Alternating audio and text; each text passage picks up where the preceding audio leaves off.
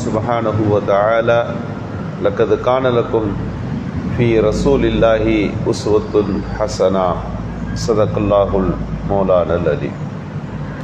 மேலான அல்லாஹுவின் நல்லடியார்களே, நபிகள் நாயகம் ஸல்லல்லாஹு அலைஹி வஸல்லம் அவர்களுக்கு நாம் செய்ய வேண்டிய கடமைகளில் மூன்றாவது கடமை அவர்களை அப்படியே பின்பற்றுவது. நபிகள் பெருமானாரை தொழுகையில் நாம் பின்பற்றுகிறோம். சல்லு கமா ராய்துமுனி யுசல்லி, என்னை எப்படி தொழுகை பார்த்தீங்களோ அது மாதிரி தொழுகுங்க. தொழுகையாக இருக்கலாம், இன்ன வணக்க வழிபாடுகளாக இருக்கலாம். அது ரசூலுல்லாஹ் செஞ்ச மாதிரி தான் நம்ம செய்யணும். நம்ம இஷ்டத்துக்கு செஞ்சால் அதுக்கு பேர் வணக்கம் கிடையாது. அதை நாம் புரிந்திருக்கிறோம். வணக்கம் அல்லாத எத்தனையோ விஷயங்கள் இருக்கின்றன. அதிலும் நபிகள் பெருமானார் ஸல்லல்லாஹு அலைஹி வஸல்லம் அவர்கள் பின்பற்றப்பட வேண்டும்.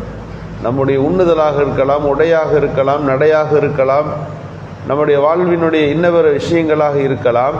அது எல்லாம் இயற்கையாக உள்ளது தான். தூங்குறது இயற்கையானது தான், சாப்பிட்றது இயற்கையானது தான். ஆனால் அதில் என்ன முத்திரை வரணும்னா ரசூலுல்லாஹி ஸல்லல்லாஹு அலைஹி வஸல்லம் அவர்கள் காட்டி கொடுத்த சுன்னத் என்ற முத்திரையை நீங்கள் சேர்த்துட்டிங்கன்னா இபாதத், வேற ஒன்றும் இல்லை. எந்த செயலாக இருந்தாலும் அந்த செயல்களில் பெருமானார் காட்டி கொடுத்த விதம் என்ன அப்படின்னு நம்ம முதல்ல யோசித்து அந்த மாதிரி செய்யணும். அப்படி செஞ்சுட்டா அதுக்கு வணக்கம் என்ற பேர் வந்துடுது. அல்லாஹ் அதை பிரியப்படுறான். நாம செயல் ஒன்று தான், ஆனால் அதில் ரசூலுல்லாவுடைய வழிகாட்டுதல் வேண்டும். கைக்கு அலங்காரம்னாக்கா அதற்கு சில வளையல்களை பெண்கள் போடுவார்கள். காதுக்கு அலங்காரத்துக்கு சில பொருட்களை போடுவார். ஒன்றும் அலங்கரிக்கிறதுக்கு இருக்கிறதில்ல. ஒரு மனிதனுடைய செயலை அலங்கரிக்கணும்னா என்ன செய்யணும்? ரசூலுல்லாஹி ஸல்லல்லாஹு அலைஹி வஸல்லமுடைய சுன்னத்து அங்கே வந்துட்டால் அது அலங்காரம் ஆகிடும். சஹாபிகள் கேட்டாங்க, யா ரசூலல்லாஹ், ஆதம் அலைஹிஸ்ஸலாத்திலிருந்து கடைசியாக இருக்கிற மனுஷன் வரைக்கும் கியாமத்தில் ஒன்றா நிற்போம், எத்தனாயிரம் கோடி பேர் நிற்போம்னு தெரியாது.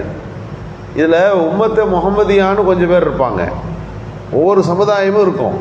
எப்படி எங்களை கண்டுபிடிப்பீங்க? எல்லாரும் மனிதர்கள் தானே, எப்படி நீங்கள் எங்களை வேறுபடுத்தி பார்ப்பீர்கள்? ஸல்லல்லாஹு அலைஹி வஸல்லம் சொன்னாங்க, நீங்கள் ஒழுவை கற்றுக் கொடுத்துருக்கேன் அல்லவா, இந்த ஒழு செஞ்சதுனால ஹுர்ரம் அஜ்ஜலின்னா அங்கே இருப்பீங்க.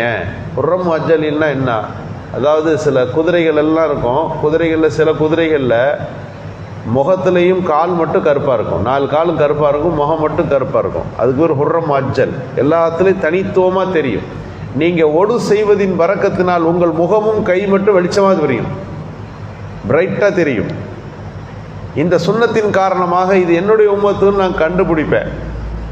என் உம்மத்தை மட்டும் அழைத்து கொண்டு போய் நான் அந்த பெரும் தாகத்தின் நேரத்தில் ஹவுலுல் கௌசரில் தடாகம், அதில் நான் தண்ணீருக்கு அருந்த கொடுப்பேன்னு ஸல்லல்லாஹு அலைஹி வஸல்லம் சொல்கிறாங்க. இங்கே என்னம்மா கவனிக்கிறோம்னா, ரசூலுல்லாவுடைய ஒவ்வொரு சுன்னத்து நம்ம வாழ்க்கையில் உடலில் வெளிப்படுகிற போது அது அலங்காரமாக மாறுது.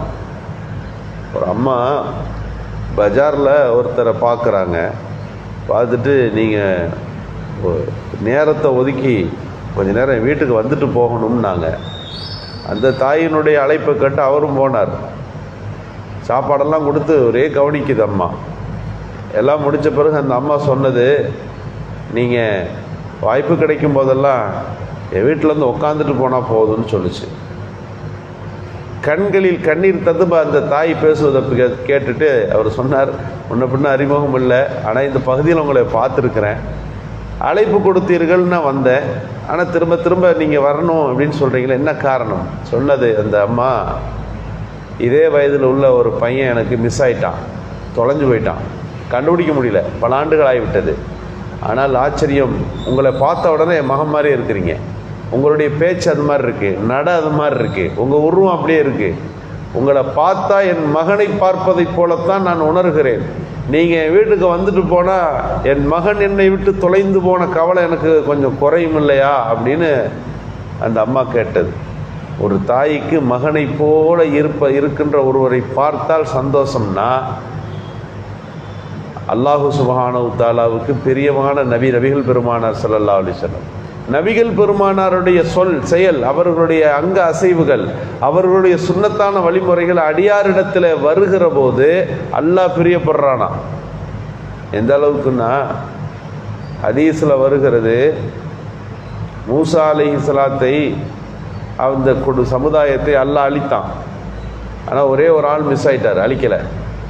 ஆனால் அவர் குறித்து அல்லாஹு தாலாவிட மூசா அலைஹிஸ்ஸலாம் துவா செய்தார்கள். யா அல்லாஹ், ஃபிரௌனுடைய படை பட்டாலும் எல்லாம் அழிஞ்சிச்சு, அதில் எனக்கு நோவினை தந்தால ஒருத்தர் அங்கே இருக்கார். அவர் என்ன செய்வார்னா, ஃபிரௌனுடைய சபையில் போய் நின்றுக்கிட்டு என்ன மாதிரி பைஜாமா போட்டுக்குவார், பெரிய ட்ரெஸ்ஸை போட்டு என்னுடைய உருவம் மாதிரி எடுத்துக்கிட்டு கையில் குச்சி வச்சுக்கிட்டு நான் செய்கிற மாதிரிலாம் நடித்து காட்டுவாரங்க. எல்லோரும் சிரிப்பாங்க. இவர் பண்ணுற வேலைலாம் என்னை குறித்து என் உருவத்தை பொருந்தி அவர் அப்படி செஞ்சாருன்னு நான் கேள்விப்பட்டேன். ஆனால் அவர் மட்டும் அழிக்கப்படலைன்னு கேட்கும்போது அல்லாஹ் சொன்னார்கள், அல்லாஹ் அவர்களுக்கு பதில் சொன்னான், எல்லாரையும் அழித்தது உண்மை, உன்னுடைய உருவத்தில் இருக்கின்ற அவரை என்னால் அழிக்க முடியல, அழிக்கிறதுக்கு எனக்கு மனசு வரலை, அதனால் அவரை விட்டுட்டேன்னு சொன்னானா. கெட்டவராக இருந்தாலும் ஒரு நபியினுடைய தோற்றத்தை தன்னில் வெளிப்படுத்தி அவர் காட்டினதுனால அல்லாஹ் அழிக்க முன்வரவில்லை என்கிற போது நாம் யோசிக்கிறோம், சுன்னத்தான வழிமுறை நம்மிடம் இருக்கிற போது அதில் இந்த உலகத்தில் எவ்வளோ பெரிய ஒரு பாதுகாப்பு நமக்கு கிடைக்கிறது என்பதற்கு ஒரு சின்ன உதாரணம். கெட்டவனே நல்லவரை போல நடித்தால், நபியின் உருவத்தில் நடித்ததால் அல்லாஹ் அவரை பாதுகாத்துட்டான் அப்படின்னு சொன்னால், நபிமார்களுடைய சொல் செயல்கள் இருக்கிறதே, அந்த சுன்னத்துகள் இருக்கிறதே, நமக்கு இந்த உலகத்தில் பெரிய பாதுகாப்பு. சொன்ன எல்லாத்துலேயும் ஏதோ ஒரு மருத்துவ குணம் இருக்கிறதா இல்லையா? மறு உலகத்தில் பெரிய வெற்றி ஹிதாயத்து கிடைக்கும். இந்த உலகத்திலையும் பெரிய அளவிற்கு நமக்கு சுன்னத்தை பின்பற்றுவதில் அறிவியல் ரீதியான பிரயோஜனம் உண்டு. சமீபத்தில் பிரான்ஸ் விஞ்ஞானிகள் ஒரு அறிவிப்பு செஞ்சுருந்தாங்க. இந்த இருக்கிறத என்னென்னத்துலேயே போய் உட்காருது, அசுத்தத்திலே இருக்குது, அது எப்படி கிருமி தொற்றால் அது சாவறது இல்லைன்னு ஒரு ஆய்வு. அந்த பிடிச்சு ஆய்வு செய்கிற போது அதில் நோய் எதிர்ப்பு சக்தி என்று சொல்லுகின்றோம் அல்லவா, அது அதில் அதிகமாக இருக்குது. ஒரு ஈக்குள்ளே அந்த கொண்டு ஒரு அமிலத்தில் போடுகிறார்கள். அமிலத்தில் போட்டால் அந்த அப்படியே பஸ்மமாயிருச்சு. அதிலிருந்து மிதந்து கொண்டிருந்த அந்த அமிலங்களை எல்லாம் எடுத்து பார்க்குற போது இது நோய் எதிர்ப்பு சக்தி இதில் இருக்கிறது, இதனுடைய பவர்னால தான் அதை எந்த கிருமியும் ஒன்றும் செய்ய முடியறதில்லைன்னு அதை கண்டுபிடித்தார்கள்.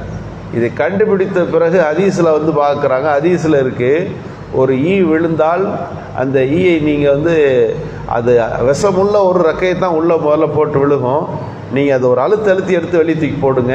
காரணம், அந்த இன்னொரு பகுதியில் அதற்கான மருத்துவம் இருக்கிறது, மருந்து இருக்கிறது என்று நபிகள் ஸல்லல்லாஹு அலைஹி வஸல்லம் சொன்னார்களே. ஏகுமி சன்ன, அதை நீங்கள் ஒரு முக்கி எடுத்து போடுங்க.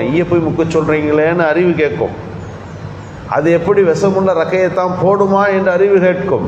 அல்லாஹ் குர்ஆனில் சொல்கிறான், தேனீக்கு நம்ம தான் வகி கொடுக்குறோம், எங்கே போய் தேன் எடுக்கணும், கூடு கட்டணும், நம்ம வகி அனுப்புகிறோம்னு அல்லாஹ் குர்ஆனில் குறிப்பிடுகிறான். அதுபோல் ஈக்கு தெரியும் முதல்ல எதை போடணும்னு, அது விஷத்தை தவிர்க்கிறதுக்காக வேண்டி முதல்ல அதை தான் போடும். இன்றைக்கு அந்த விஞ்ஞானத்தினுடைய கண்டுபிடிப்பு, ஈக்குள் நோய் எதிர்ப்பு சக்தியின் மூலக்கூறுகள் இருக்கிறது என்ற இந்த கண்டுபிடிப்பு, ஹதீஸை உண்மைப்படுத்துகின்ற காட்சிகளை நாம் பார்க்கிறோம்.